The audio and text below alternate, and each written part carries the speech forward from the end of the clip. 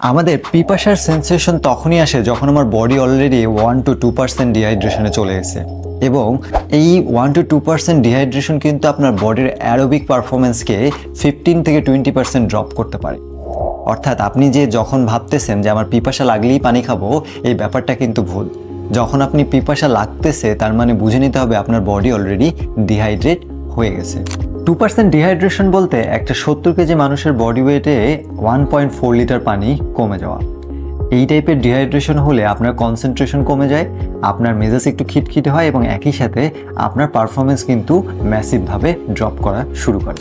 বাংলাদেশে গরম আসতেছে, শীতের শেষে, সো এখন আমাদের তাপমাত্রা বাড়বে, আমাদের বডি থেকে অনেক বেশি সোয়েট হবে, এবং যেহেতু আমরা হিউমিড কান্ট্রি, অনেক বেশি হিউমিডিটি থাকে, তার কারণে কিন্তু আমার বডি থেকে অনেক পরিমাণ লবণ ও পানি বের হয়ে যাবে। তাই কোন স্ট্র্যাটেজিটা ফলো করলে আসলে আপনি এই গরমে নিজের ঠিকমতো ট্রেনিং করতে পারবেন এবং নিজেকে হাইড্রেট করতে পারবেন, সেটাই আজকের এই ভিডিওতে আমরা বলার চেষ্টা করি। বেসিক সিম্পল হ্যাবিট কিছু তৈরি করতে হবে, যেমন বিফোর ওয়ার্কআউট আমার 2 ঘন্টা আগে অ্যাটলিস্ট 500-600 ml পানি খেয়ে নিতে হবে, এবং আমি যখন ওয়ার্কআউটে বের হব তখনও 20-30 মিনিট আগে বা 15-20 মিনিট আগে 250 ml এর মতো ওয়াটার ইনটেক করতে হবে। সেটা ইলেকট্রোলাইট ওয়াটার হলে খুব ভালো। ডিউরিং অ্যাক্টিভিটি আমাদের বডিতে আসলে অ্যারাউন্ড ঘন্টায় 400-500 ml বা 550 ml এর মতো ওয়াটার লাগে, অর্থাৎ প্রতি 15-20 মিনিট পর পর আমাদের অ্যারাউন্ড 200 ml ওয়াটার ইনটেক করতে হবে।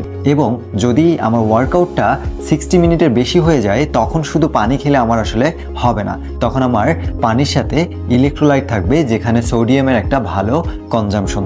আফটার ওয়ার্কআউট আপনি যদি দেখেন আপনার বডি ওয়েট আগের থেকে 1 কেজি কমে গেছে, তাহলে মাথায় রাখবেন যে প্রতি 1 কেজি বডি ওয়েট কমার বিপরীতে আমার আসলে 1.5 লিটার ওয়াটার ইনটেক করতে হবে। অর্থাৎ আপনি আপনার ওয়ার্কআউট শেষে আপনি কিন্তু ফ্লুইডটা নেবেন, এবং কতটুকু নেবেন এবং গ্র্যাজুয়ালি কতক্ষণ পর্যন্ত নেবেন এটা ডিপেন্ড করে আপনার আসলে সোয়েট রেশিওটা কত এবং আপনার বডি থেকে কত পরিমাণ পানি এবং ঘাম বের হয়ে গেছে।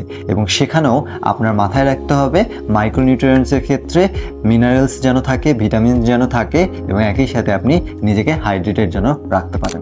বিফোর, ডিউরিং এবং আফটার, এই 3টা কাজ আপনি যখন করলেন হাইড্রেশনের ব্যাপারে, এরপরে এই জিনিসটা আসলে আপনার পারফেক্টলি কতটুকু অ্যাপ্লাই হয়েছে এটা আপনি দেখতে পারবেন আপনার ইউরিন থেকে। অর্থাৎ এরপরে যখন আপনি ইউরিনেশনে যাবেন তখন যদি দেখেন আপনার ইউরিনের কালার ইয়েলো থেকে ইয়েলিশ, দেন অত পরিমাণ হাইড্রেটেড আপনি হননি। যদি হালকা ইয়েলিশ থাকে কিংবা হোয়াইট থাকে, দিস ইজ অ্যাবসলিউটলি ফাইন, তার মানে আপনি আপনার হাইড্রেশন ঠিক মতো করতেছেন।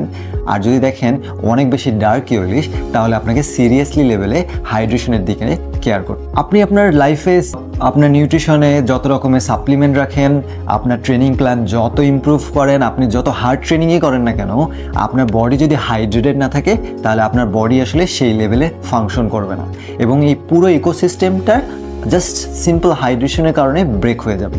তাই আপনি আপনার হাইড্রেশন এই সামারে সবচেয়ে গুরুত্বপূর্ণ পার্ট হিসেবে ধরে রাখুন, এবং এখানে নিজের টাইম একটু ইনভেস্ট করে চেষ্টা করুন বোঝার যে আসলে কোন ফর্মুলাতে গেলে আপনার বডি প্রপারলি হাইড্রেট হয়। কমেন্ট সেকশনে জানাবেন আপনারা আসলে হাইড্রেশন নিয়ে কোন ধরনের প্রবলেম ফেস করেন, আমরা সেটা নিয়ে একটা আলাদা ভিডিও বানানোর চেষ্টা করব।